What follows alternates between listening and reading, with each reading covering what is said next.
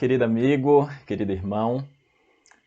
Gostaria de saudar a todos vocês que nos acompanham, que nos assistem a partir deste momento, com a graça e a paz do nosso Deus.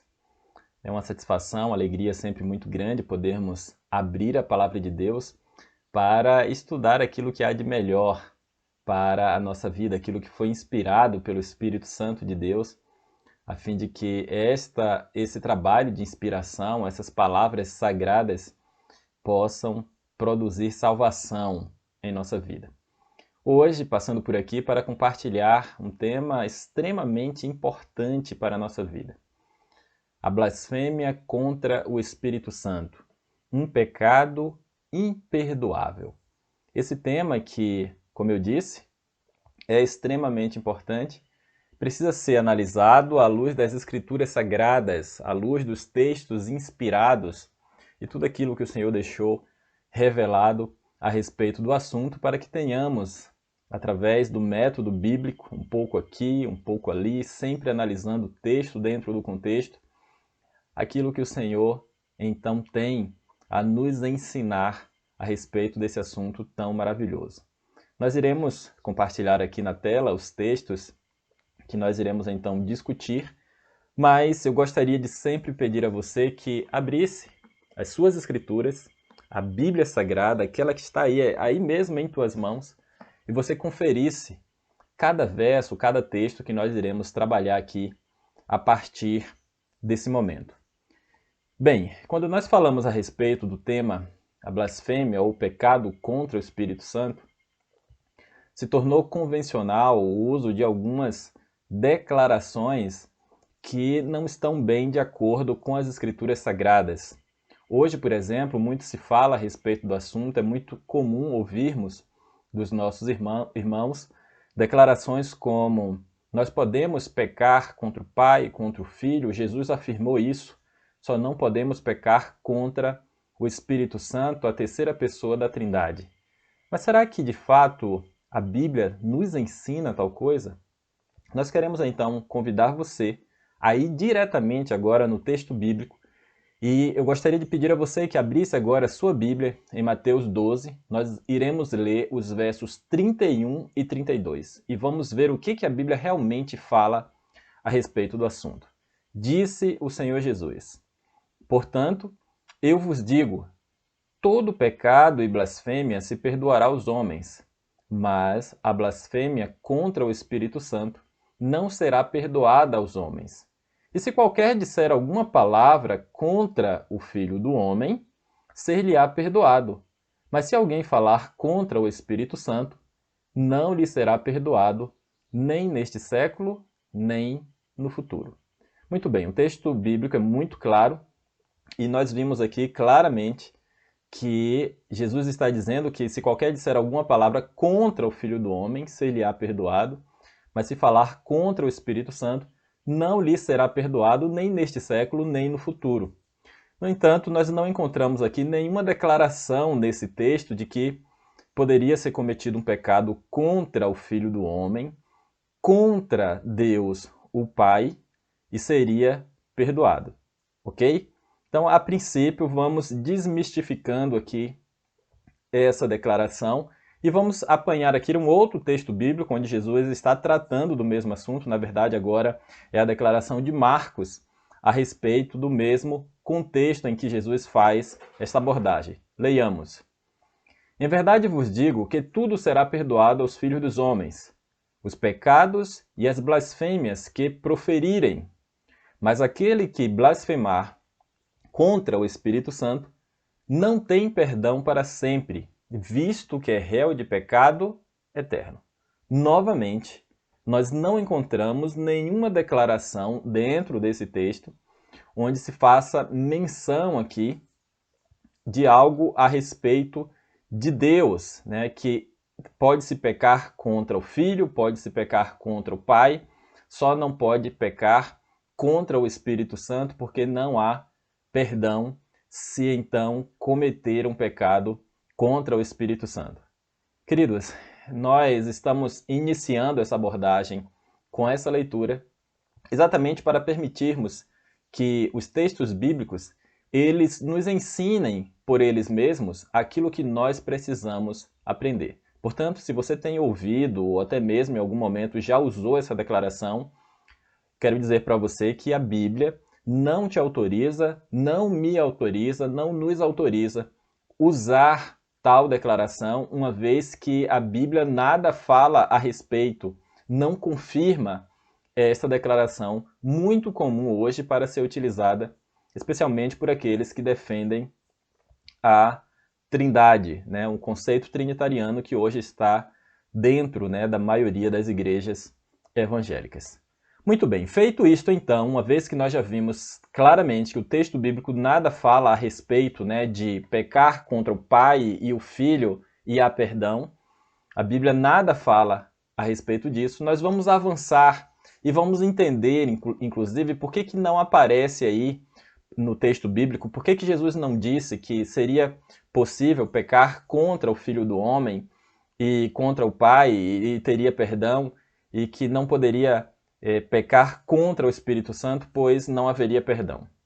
Bem, nós vamos, no decorrer desse estudo, entender melhor, entender inclusive um aspecto que tem a ver aqui com a expressão Filho do Homem, uma expressão que claramente se refere à humanidade de Cristo. Lembrando que quando nós falamos de Filho de Deus, essa expressão para Cristo está se referindo à sua natureza divina, assim como quando falamos a respeito do Filho do Homem, isto tem a ver então com a sua natureza humana do nosso Salvador.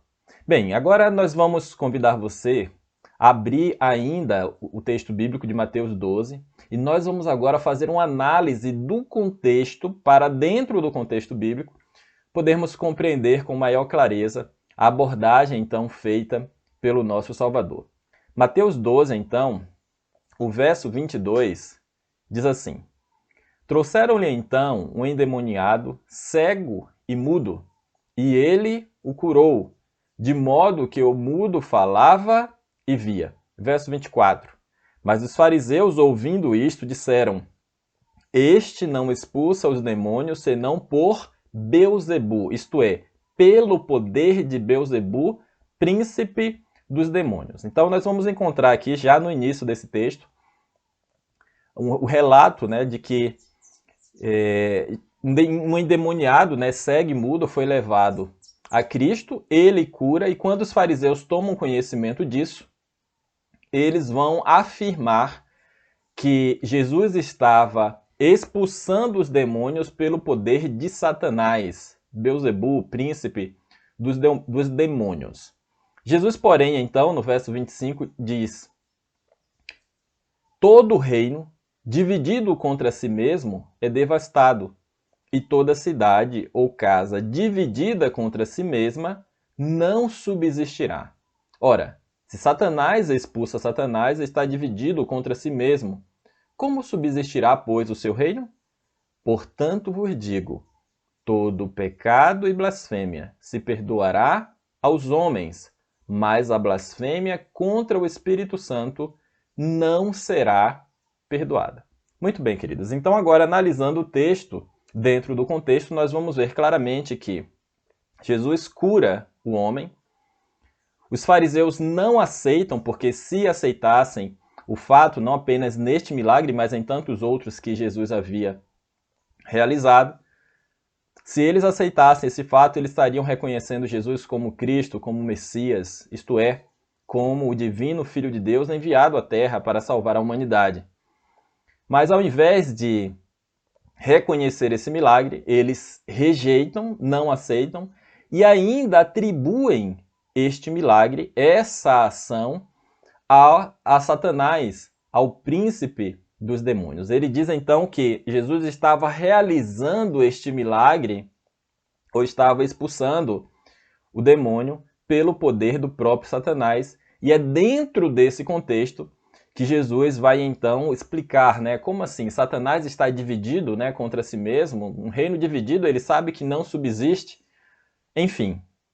E aí entra a declaração do verso 31, quando Jesus diz: todo pecado e blasfêmia se perdoará aos homens, mas a blasfêmia contra o Espírito Santo não será perdoada.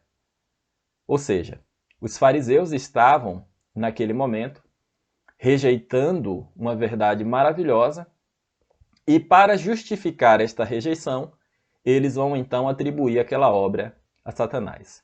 A partir deste momento, nós vamos analisar textos dentro do contexto e nós vamos perceber, através dos textos bíblicos, quem é que estava ali em Cristo realizando esses milagres, e nós vamos entender, através das Escrituras Sagradas, contra quem é de fato que estava pecando aqui os fariseus, este pecado tão terrível, né, o pecado imperdoável, o pecado contra o Espírito Santo, contra quem era este pecado e quem é que estava ali atuando, então, por meio da vida de Cristo. Bem, queridos, o texto de João 14, verso 10, nós vamos entrar no ponto agora que tem a ver com quem é que realizava de fato as obras de Cristo. João 14, 10, então, diz assim: Não creis que eu estou no Pai e que o Pai está em mim? As palavras que eu vos digo, não as digo por mim mesmo, mas o Pai, que permanece em mim, faz as suas obras. Então Jesus está dizendo aqui, o próprio Salvador, o divino Filho de Deus, está dizendo que era o Pai que permanece nele, que faz as suas obras. Em Atos 2, verso 22, o apóstolo Pedro, ele diz assim: Varões israelitas, atendei a estas palavras. Jesus, o Nazareno, varão aprovado por Deus diante de vós com milagres, prodígios e sinais, os quais o próprio Deus realizou por intermédio dele entre vós, como vós mesmos sabeis. Então aqui a gente vai ver Pedro falando de forma muito clara, quando ele vai explicar o que está ocorrendo ali no dia de Pentecostes, após o derramamento do Espírito Santo. E aí ele vai dizer, vai explicar aqui, vai falar a respeito de Jesus, o Messias, o Salvador, que veio, que cumpriu então todas as profecias relacionadas à vinda do Messias.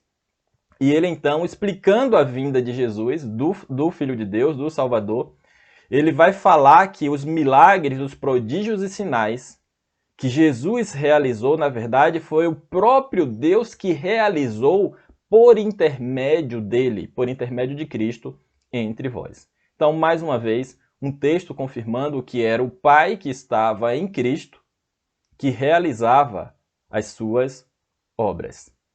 No livro O Desejado de Todas as Nações, na página 91, a serva do Senhor nos diz assim: Os anjos de Deus estão sempre indo da terra ao céu e do céu à terra. Os milagres de Cristo pelos aflitos e sofredores foram operados pelo poder de Deus através do ministério dos anjos. E é por meio de Cristo, pelo ministério de seus mensageiros celestiais, que toda bênção nos advém de Deus. Ora, querido, textos muito claros.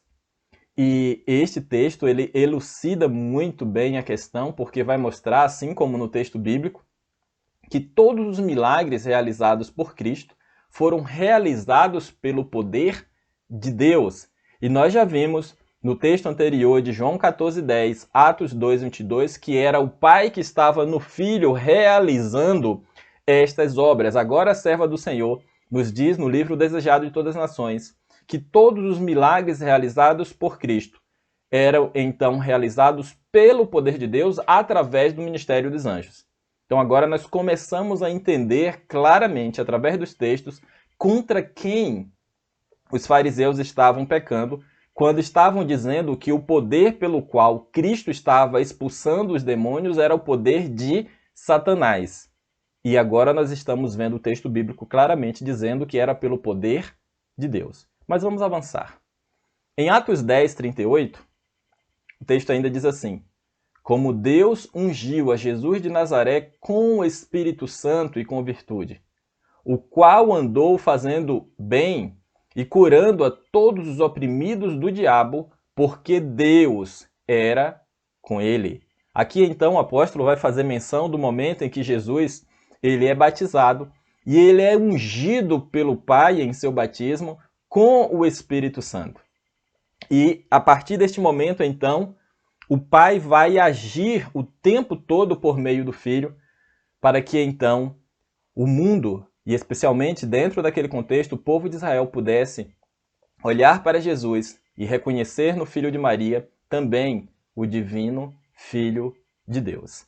E é dessa forma que em 2 Coríntios 5, versos 18 e 19, Paulo, falando a respeito do ministério de reconciliação, então realizado, cumprido por Cristo, ele diz assim: e tudo isto provém de Deus, que nos reconciliou consigo mesmo por Jesus Cristo e nos deu o ministério da reconciliação. Isto é, Deus estava em Cristo, reconciliando consigo o mundo, não lhes imputando os seus pecados, e pôs em nós a palavra da reconciliação. Olha que texto maravilhoso, queridas. Paulo diz claramente que Deus estava em Cristo reconciliando consigo o mundo. Logo, quando os fariseus estavam atribuindo a obra de Deus, que estava em Cristo, realizando os milagres e fazendo com que, por meio desses milagres, os filhos de Israel, o mundo, enfim, a humanidade, pudessem enxergar que ele é o divino Filho de Deus, o único meio de salvação, nós encontramos aqui claramente Paulo dizendo que Deus estava em Cristo, reconciliando consigo o mundo. Isso se harmoniza perfeitamente com as palavras de Cristo, repito, em João 14:10, o Pai que permanece em mim faz as suas obras. O Pai que permanece em mim faz as suas obras. Você começa a entender agora por que lá no texto de Mateus 12, mesmo em Marcos, quando nós lemos a declaração ali a respeito de Jesus, o Senhor Jesus não diz que pode pecar contra o Pai e o Filho, mas não pode pecar apenas contra o Espírito Santo? Você começa a compreender agora, através dos textos inspirados, por que Jesus faz a declaração a respeito da sua natureza humana, nem mesmo a respeito do divino Filho de Deus. Ele está dizendo ali que o homem poderia pecar, mas está fazendo menção claramente ali a respeito da sua humanidade. Dentro daquele contexto, os homens que foram iludidos, enganados pelos fariseus, pelo fermento, daqueles homens, daqueles teólogos, pastores daquela época, que não aceitavam Jesus como Filho de Deus, muitos não conseguiam ainda reconhecer em Cristo o divino Filho de Deus. Você lembra muito bem que ali em Mateus 16, tratando a respeito desse assunto, Jesus chega a questionar para os discípulos o que a multidão falava a respeito do Filho do Homem. Que diz os homens a respeito do Filho do Homem? Justamente porque havia uma dificuldade na compreensão das pessoas naquela época quanto a quem realmente era o Cristo. Mesmo porque muitos ensinos enganosos foram feitos e dados ao povo naquela época, que impedia do povo enxergar de fato quem é o Salvador, quem era o Senhor Jesus, já naqueles dias ali, convivendo com eles. Mas veja, em Patriarcas e Profetas, na página 294, a serva do Senhor ainda diz assim: se qualquer disser uma palavra contra o Filho do Homem, disse Cristo, ser-lhe-á perdoado. Mas se alguém falar contra o Espírito Santo, não lhe será perdoado. Mateus 12, verso 32. Essas palavras foram proferidas por nosso Salvador, quando as obras cheias de graça que realizara pelo poder de Deus foram atribuídas pelos judeus a Beelzebu. É mediante a operação do Espírito Santo que Deus se comunica com o homem. E aqueles que deliberadamente rejeitam esta operação como satânica, interceptaram o conduto que estabelece comunicação entre a pessoa e o céu. Então observe, quando Jesus está ali então realizando aqueles milagres, na verdade, o texto está dizendo claramente que esses milagres eram realizados pelo poder de Deus. E essas obras foram então atribuídas pelos judeus ao próprio Satanás. E aí agora o que acontece? Ela diz que é mediante a operação do Espírito Santo que Deus se comunica com o homem. Mas quando o homem rejeita, como foi o caso dos fariseus, E para justificar essa rejeição, eles atribuem essa obra a uma operação satânica, operação realizada por Satanás. Eles estão dessa forma interceptando o conduto, o único meio que estabelece então comunicação entre a pessoa e o céu. Deus opera pela manifestação de seu Espírito. Observem, queridos, que o texto é muito claro. O texto está dizendo que Deus opera pela manifestação de seu Espírito. Não se trata de um outro ser. Nós não precisamos lembrar aqui muito a respeito do assunto, mas todas as vezes que a Bíblia fala a respeito do espírito de determinada pessoa, não está se referindo a uma terceira pessoa, mas aquela pessoa de fato. Nós podemos citar aqui o exemplo de Acabe. Acabe cobiça então a vinha de Nabote, não lhe é permitido, Nabote não aceita e ele volta para casa com o espírito abatido, com o espírito triste, por isso Jezabel depois vai fazer aquele absurdo que faz então contra Nabote. Mas quando o texto bíblico ali está se referindo ao espírito de Acabe, não é um outro senão o próprio Acabe. Da mesma forma, quando a Bíblia fala a respeito do Espírito de Deus, está falando a respeito do próprio Deus.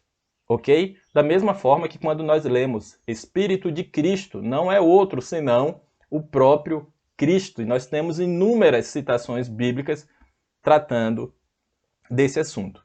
Mas enfim, o texto então está dizendo que Deus opera pela manifestação de seu Espírito para reprovar e convencer o pecador. E se a obra do Espírito é finalmente rejeitada, nada mais há que Deus possa fazer pela alma. O último recurso da misericórdia divina foi empregado. O transgressor desligou-se de Deus, e o pecado não tem remédio para curar a si mesmo.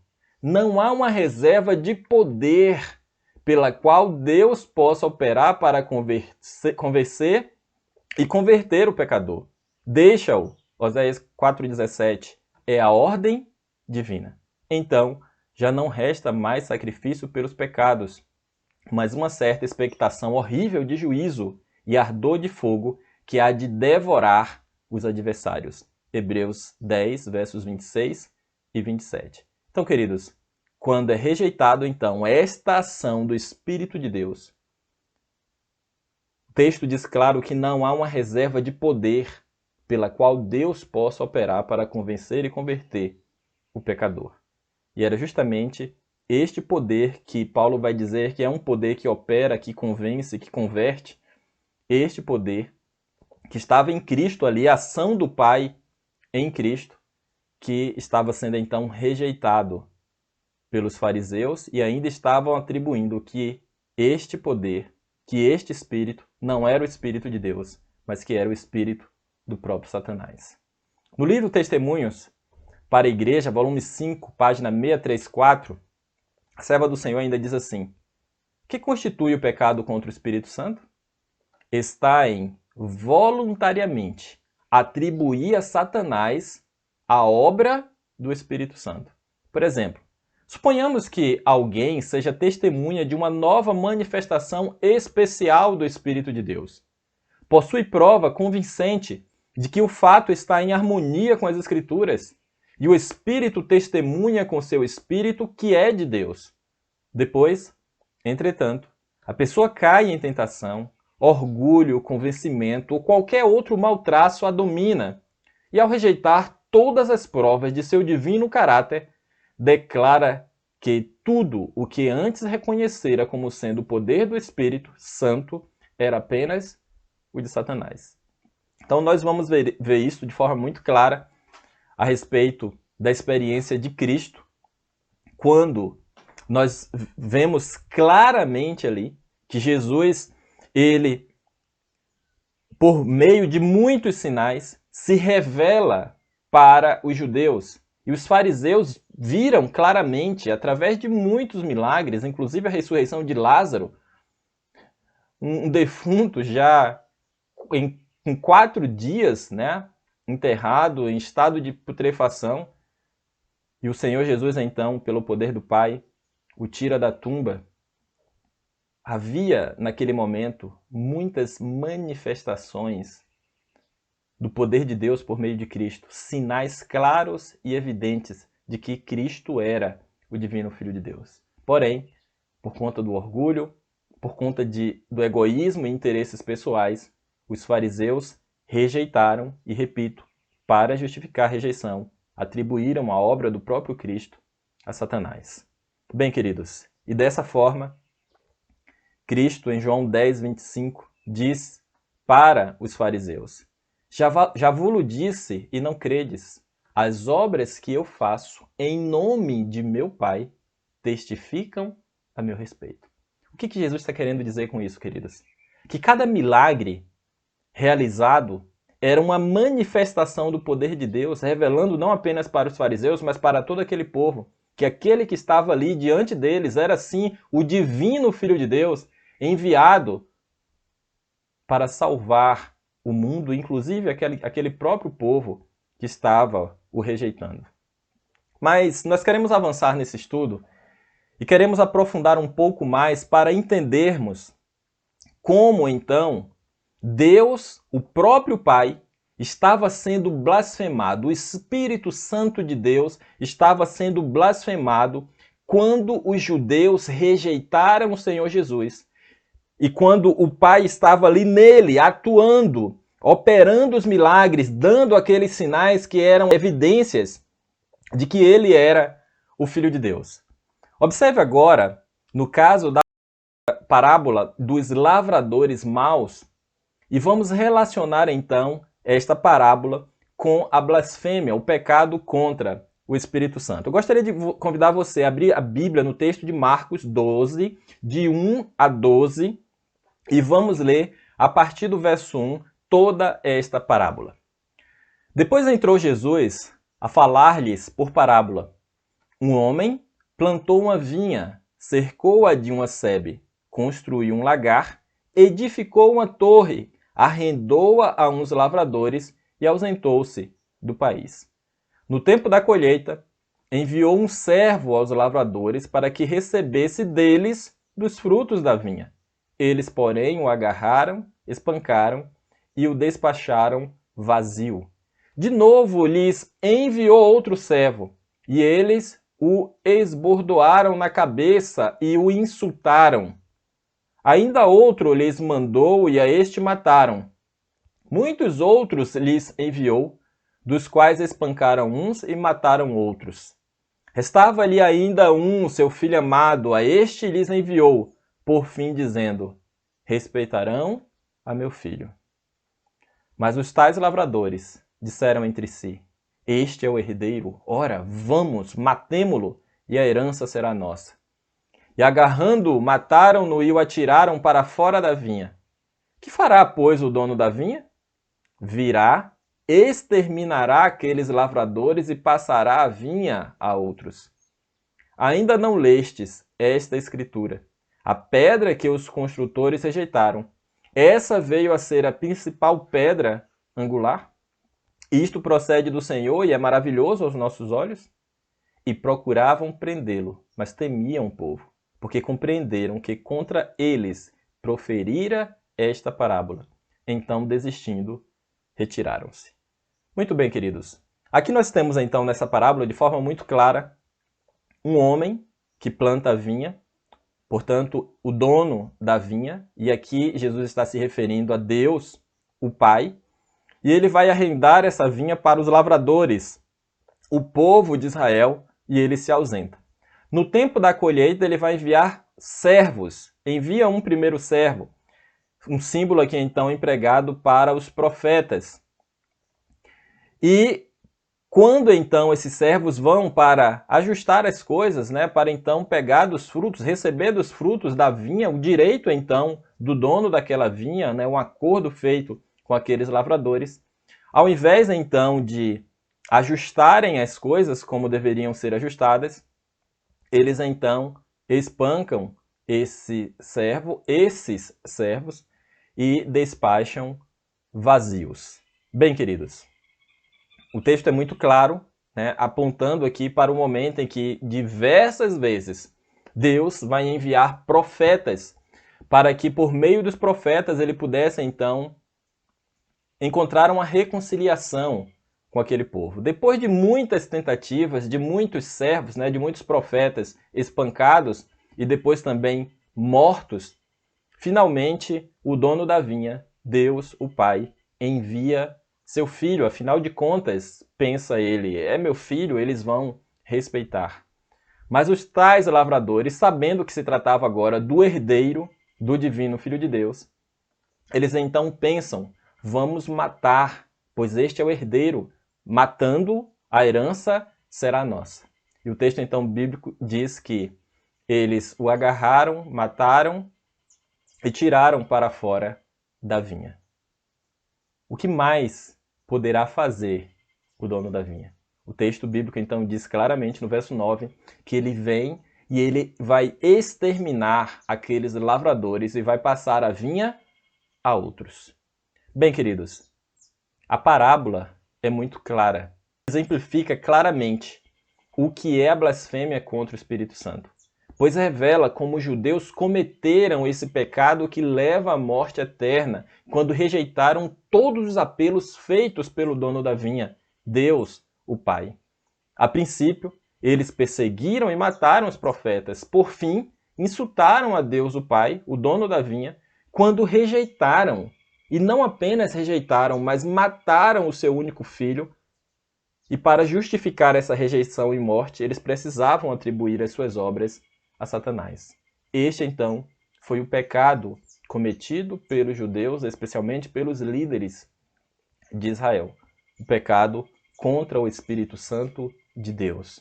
O pecado contra o dono da vinha, o Pai. Em Lucas 10, 16, o Senhor Jesus diz assim: quem vos ouve a voz, a mim me ouve. E quem vos rejeita a voz, a mim me rejeita.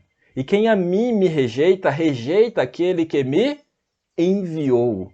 Uma vez que os fariseus eles estão rejeitando o Senhor Jesus, eles estão rejeitando também aquele que havia enviado. E lembrem, Paulo diz em 2 Coríntios que Deus estava em Cristo reconciliando consigo o mundo. Logo, quando eles estavam rejeitando o Senhor Jesus, eles estavam rejeitando o próprio Deus, o Pai.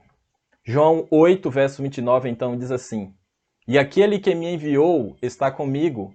O Pai não tem me deixado só, porque eu faço sempre o que lhe agrada. Então Jesus confirma aqui sempre as palavras que têm a ver com o fato dele ter sido enviado pelo Pai para a salvação da humanidade. Eles agora estavam rejeitando a ação do Espírito de Deus por meio do Filho.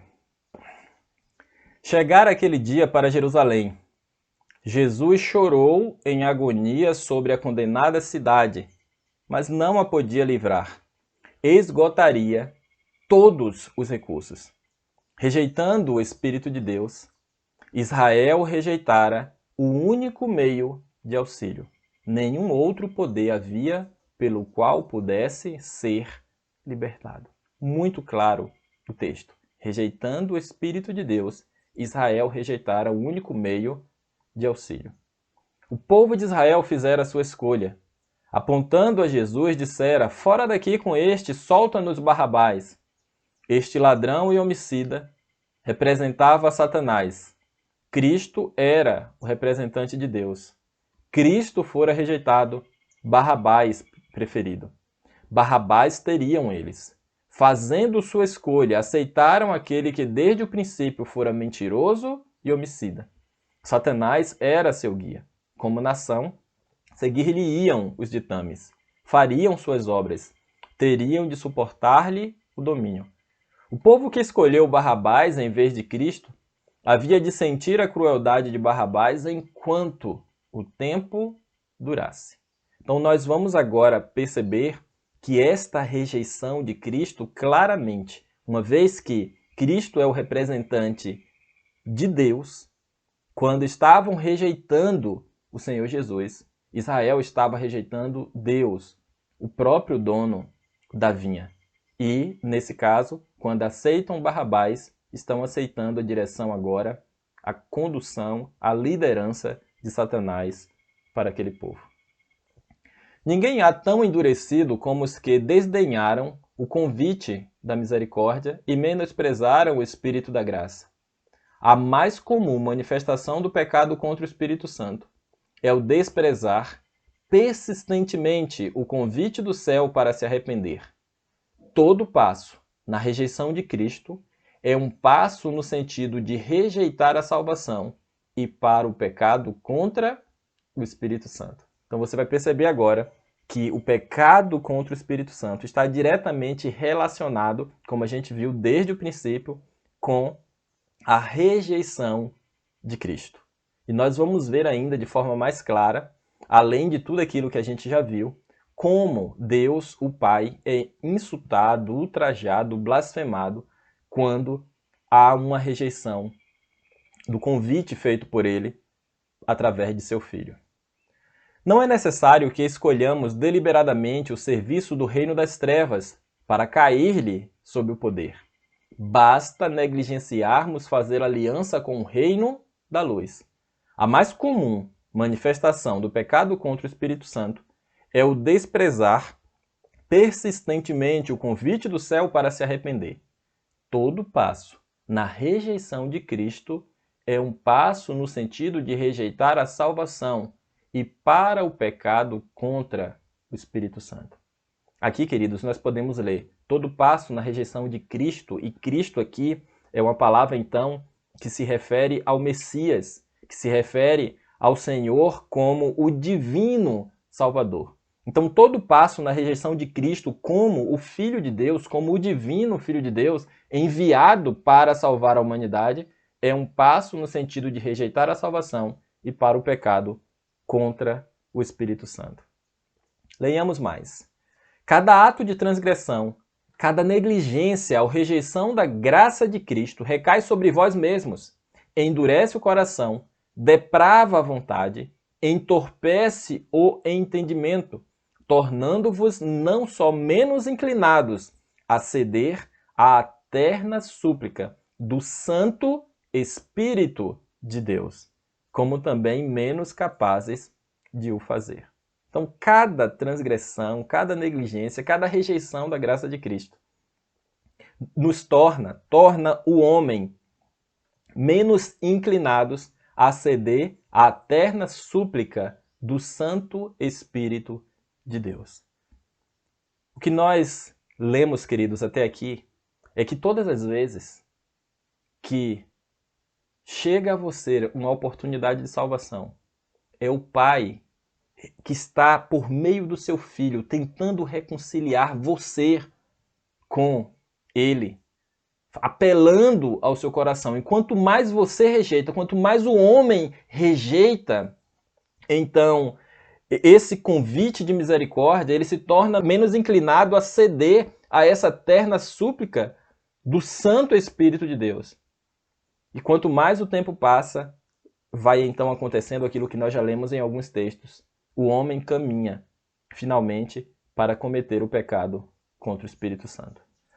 Bem, queridos, nós queremos agora entrar na última parte desse estudo e nós queremos relacionar, então, uma expressão também muito conhecida dentro da Bíblia que muitas vezes não tem sido bem compreendida, que tem a ver com o pecado para a morte, encontrada então em 1 João 5, versos 16 e 17. Eu gostaria de convidar você agora a ler o texto bíblico e nós vamos então relacionar a declaração feita por João com a declaração feita por Cristo a respeito do pecado contra o Espírito Santo.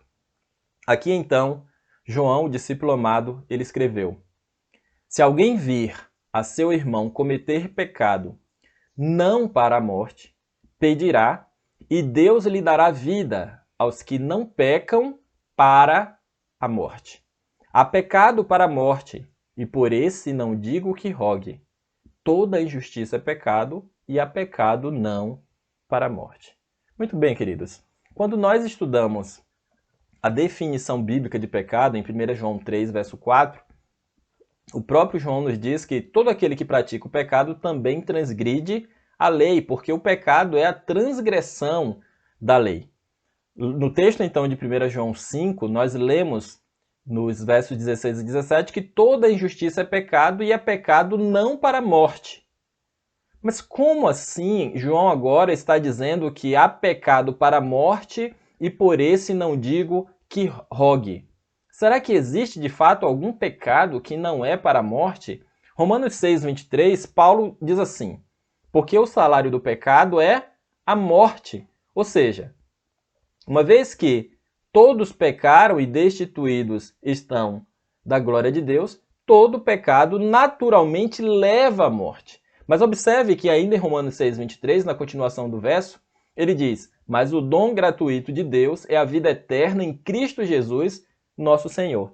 Ezequiel também, divinamente inspirado, no capítulo 18, versos 20 e 21, ele diz: a alma que pecar é Deus que está dizendo por meio do profeta, essa morrerá. O filho não levará a iniquidade do pai, nem o pai a iniquidade do filho. A justiça do justo ficará sobre ele, e a perversidade do perverso cairá sobre este. Mas, se o perverso se converter de todos os pecados que cometeu, e guardar todos os meus estatutos, e fizer o que é reto e justo, certamente viverá, não será morto. Então nós encontramos aqui duas declarações inspiradas dizendo que o salário do pecado é a morte, uma vez que o próprio Paulo diz que todos pecaram e destituídos estão da glória de Deus, naturalmente, todo pecado, ele traz como consequência a morte. Ocorre que, tanto em Romanos 6 como em Ezequiel, nós vamos encontrar aqui o mas.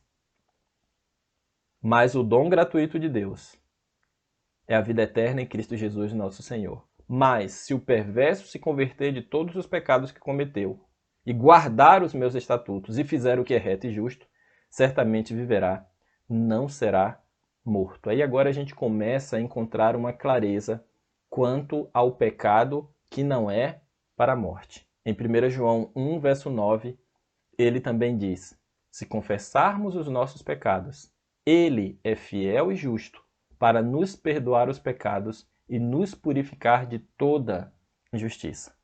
E em Provérbios 28, 13, Salomão, divinamente inspirado, diz: o que encobre as suas transgressões jamais prosperará, mas o que as confessa e deixa alcançará misericórdia. Ok, queridos, então qual é o pecado que não leva à morte? O pecado que é confessado e abandonado, o pecado que é deixado, o pecador que é purificado de toda injustiça pelo precioso sangue do nosso Senhor e Salvador Jesus Cristo.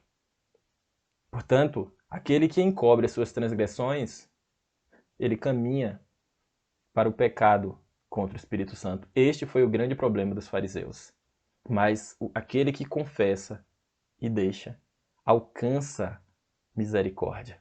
Porque é por meio do dom gratuito de Deus que a vida eterna chega a nós por meio de Cristo.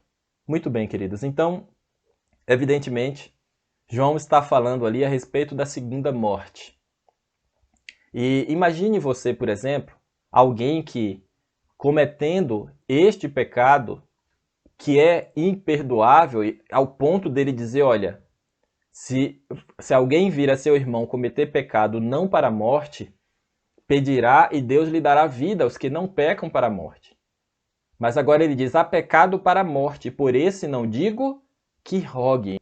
Eu gostaria de tomar aqui um exemplo de um profissional de saúde que foi visitar um enfermo e depois de explicar para o enfermo todas as causas que levaram aquele enfermo, aquela pessoa a ficar doente, a pessoa entende aquelas causas, entende que aquelas causas o levaram, a levaram a ficar enferma, mas agora, a fim de não deixar aqueles hábitos, aquelas práticas que levaram à enfermidade, ele rejeita, porque talvez não quer fazer uma mudança no seu estilo de vida, uma mudança nos hábitos alimentares. Ele rejeita e, para justificar essa rejeição, ele atribui isto a Satanás. Aquilo que é obra de Deus, ele está dizendo agora que é de Satanás. E é muito comum hoje nós ouvirmos, por exemplo, algumas pessoas falarem que essa coisa de vegetarianismo, por exemplo, que isto é coisa de Satanás, que isso não é algo de Deus. Deve-se ter um cuidado muito grande ao se fazer esta declaração para não estarmos cometendo aquilo que a Bíblia diz de pecado contra o Espírito Santo. No caso dessa pessoa, não faz sentido orar por essa pessoa, pedindo para ela saúde, enquanto ela escolhe permanecer naquela condição, colocando ali então em seu organismo o que a princípio levou a doença, né, para dentro de si. Bem, aqui é apenas um exemplo para nós termos uma ideia do pecado, então, que leva à morte e a sua relação com o pecado contra o Espírito Santo. Bem, nós falamos muito de blasfêmia e nós queremos trazer agora a definição do dicionário Aurélio, que diz que blasfêmia é um dito ímpio ou insultante contra o que se considera como sagrado. A blasfêmia é então um insulto ao Espírito Santo de Deus. E agora nós queremos aprofundar para concluir então esse estudo. E em Hebreus 10, versos 26 a 31, o apóstolo Paulo ele escreveu assim: porque se vivermos deliberadamente em pecado, depois de termos recebido o pleno conhecimento da verdade, já não resta sacrifício pelos pecados. Pelo contrário, certa expectação horrível de juízo e fogo vingador prestes a consumir os adversários. Sem misericórdia, morre pelo depoimento de 2 ou 3 testemunhas quem tiver rejeitado a lei de Moisés. De quanto mais severo o castigo, julgais vós, será considerado digno aquele que calcou aos pés o Filho de Deus, o divino Filho de Deus, e profanou o sangue da aliança com o qual foi santificado. E agora vejam, queridos, Paulo diz, e ultrajou o Espírito da graça? Ora, nós conhecemos aquele que disse, a mim pertence a vingança, eu retribuirei. E outra vez, o Senhor julgará o seu povo. Horrível coisa é cair nas mãos do Deus vivo. Muito bem, queridos. Paulo agora está falando para a experiência de um povo que passa a viver voluntariamente, deliberadamente em pecado, depois de ter recebido o pleno conhecimento da verdade. E para este, Paulo diz, já não resta sacrifício pelos pecados. E ele diz que essas pessoas estão calcando a pés o Filho de Deus, profanando o sangue da aliança com o qual foi santificado, e ultraja dessa forma o Espírito da graça. Isso é uma ofensa, queridos, a Deus, o Pai. É quando o homem, tendo conhecimento da verdade, voluntariamente ele rejeita o convite de salvação. Isso é uma blasfêmia, é um ultraje para Deus. É desvalorizar por completo todo o sacrifício expiatório feito por meio do Filho de Deus. E dessa forma, apenas uma coisa resta ao ser humano. Paulo diz, certa expectação horrível de juízo e fogo vingador prestes a consumir. E no final, então, ele diz, horrível coisa é cair nas mãos do Deus vivo. Lembra do dono da vinha? Jesus questiona na parábola, que fará o dono da vinha? Ele vem e vai exterminar e vai passar então a vinha para um outro povo. Muito bem, queridos. Então, de acordo com o que nós já vimos até aqui, a Bíblia nos dá então base para entendermos que ultrajamos, insultamos ou blasfemamos contra o Espírito Santo de Deus, o Pai, quando rejeitamos o seu convite de misericórdia, ao nos oferecer o seu próprio Filho para a nossa salvação. O insulto se torna mais ofensivo quando, além de rejeitarmos o convite, penduramos o mesmo na cruz. Que triste, queridos. Que pesado isso. Ao invés de rejeitar o convite de salvação, todas as vezes que nós rejeitamos Jesus como nosso Senhor e Salvador. Todas as vezes que o homem assim faz, tendo conhecimento da sua condição, quando voluntariamente, deliberadamente, ele rejeita Cristo por preferir viver aquilo que o mundo oferece, por desejar viver na carne as coisas deste mundo, nós estamos rejeitando, nós estamos pendurando o convite de graça feito por meio de Cristo. Nós estamos colocando esse convite na cruz. Leiamos mais alguns textos e então faremos a conclusão desse estudo. Rejeitando a Cristo, o povo judeu cometeu o pecado imperdoável. E recusando o convite da misericórdia, podemos cometer o mesmo erro. Insultamos o príncipe da vida e o expomos à vergonha perante a sinagoga de Satanás e em face do universo celeste, quando recusamos ouvir-lhe os mensageiros, dando em vez disso atenção aos instrumentos de Satanás, que querem arrebatar de Cristo a alma. Enquanto uma pessoa fizer isso, não pode achar esperança de perdão, perdendo por fim todo o desejo de se reconciliar com Deus. Lembremos que Deus estava em Cristo reconciliando consigo o mundo. Quando há uma rejeição de Cristo, quando há uma rejeição do Divino Filho de Deus, comete-se então o pecado imperdoável cometido pelo povo judeu. E dessa forma, como nós já lemos, insultamos o príncipe da vida e, consequentemente, estamos insultando também o próprio Deus, blasfemando contra o Pai quando rejeitamos o seu Filho amado. É por meio de seu Espírito que Deus atua no coração humano. E quando o homem voluntariamente rejeita o Espírito e declara ser o de Satanás, interrompe o canal por meio do qual Deus se pode comunicar com ele. Pela negação da prova que Deus se dignou conceder-lhe, apaga a luz que lhe estiver a brilhar no coração, e como resultado é deixado em trevas. Assim se verificam as palavras de Cristo. Se, portanto, a luz que em ti há são trevas, quão grandes serão tais trevas. Mateus 6, verso 23. Por algum tempo, pessoas que tenham cometido este pecado podem parecer serem filhos de Deus. Mas quando surgem circunstâncias destinadas a desenvolver o caráter e mostrar de que espírito são, ver-se-á que se acham no terreno do inimigo, arregimentadas sob sua negra bandeira. Que pesado, queridos. Que texto forte. Precisamos ter o cuidado para não parecermos apenas ser filhos de Deus, mas especialmente deixar que o Espírito de Deus trabalhe em nosso coração, para que dessa forma vivamos como filhos de Deus, dando testemunho a respeito deste Deus maravilhoso. O Senhor Jesus sempre terá um povo escolhido para servi-lo. Quando o povo judeu rejeitou a Cristo, o príncipe da vida, ele tirou-lhes o reino de Deus e entregou-o aos gentios. Deus continuará lidando com cada ramo de sua obra de acordo com esse princípio.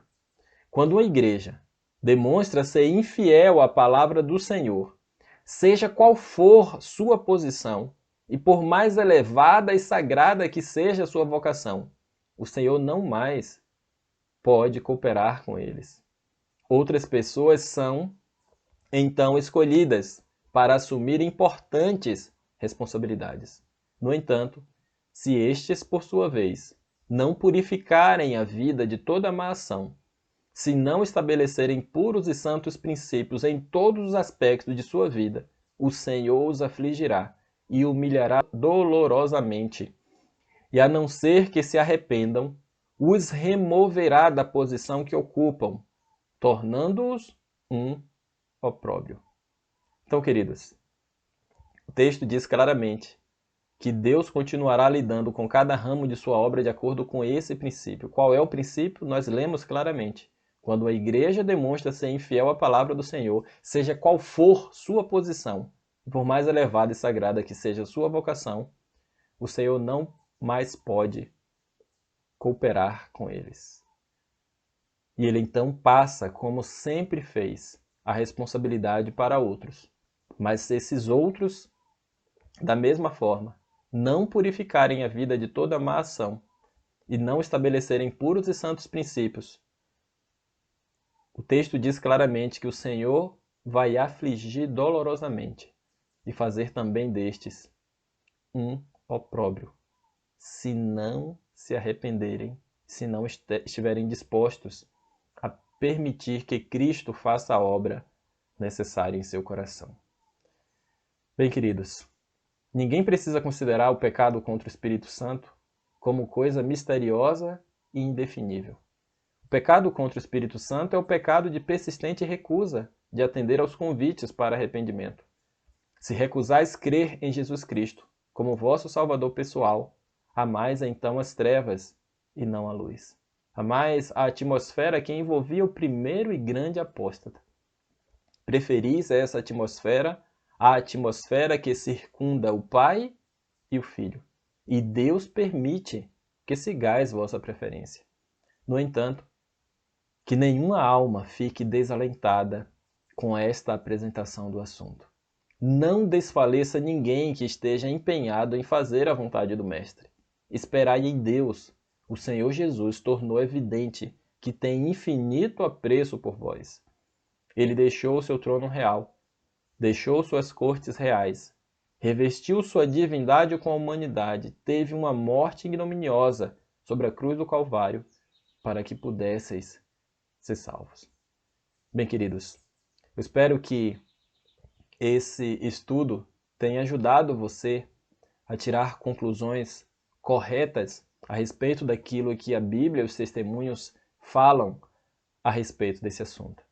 Nós vemos claramente aqui, dentro dos textos inspirados, que os judeus pecaram contra o Espírito Santo de Deus, contra o Pai, quando rejeitaram o seu divino Filho e ainda atribuíram as obras, o poder pelo qual então ele realizava essas obras, ao próprio Satanás, quando na verdade era o poder de Deus que estava ali atuando por meio de Cristo. Em nosso tempo, temos ouvido até mesmo que estudar a respeito do assunto, o Espírito Santo, se tornou um pecado. Estão dizendo que agora estudar a respeito do tema Espírito Santo, ou da divindade em si, é algo que tem sido despertado, levantado por Satanás no meio do nosso povo. Queridos, precisamos ter muito cuidado com essas declarações que temos ouvido por aí afora. Porque lembremos, a Bíblia está repleta de textos falando a respeito do tema em si. E quanto mais nós estudamos a respeito do Espírito, quanto mais nós estudamos a respeito de Cristo, nós estamos pensando nele, querendo o Espírito Santo em nossa vida.